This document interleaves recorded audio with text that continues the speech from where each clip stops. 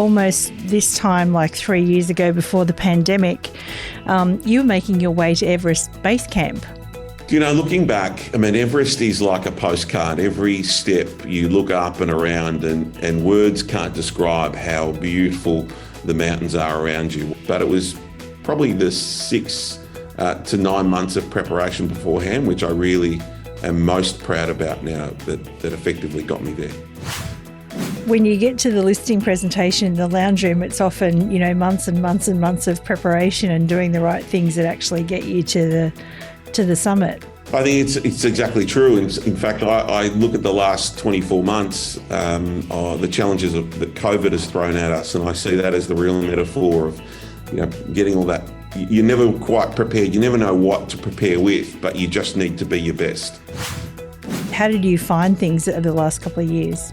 I've always seen myself as someone that has strength in a crisis. And I've never been in this scenario, or I've been close to it, but I thought if I approached a very bad traffic accident, I would be the one to run out straight to the vehicle and do what I could. One of the other interesting initiatives I want to talk about today is you're a founder of Goes Green. Can you tell us a little bit about what that is and how it works? We created what we called a realistic environmental audit that could be done by any property manager.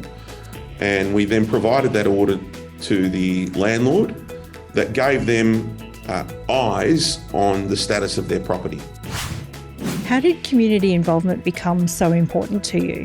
Well, I think it's a natural step in our industry, because real estate is one of those go-to industries for the community when they're looking for funding and support.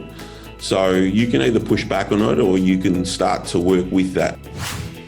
What else have you brought with you into 2022 that you hope will hang around for a bit?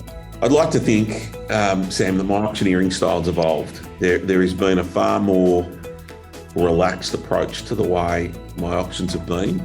I think many agents now, and if you haven't, you are so far behind the time, but many agents now have gone paperless. I haven't signed a paper contract now for every bit of 18 months, nearly 2 years.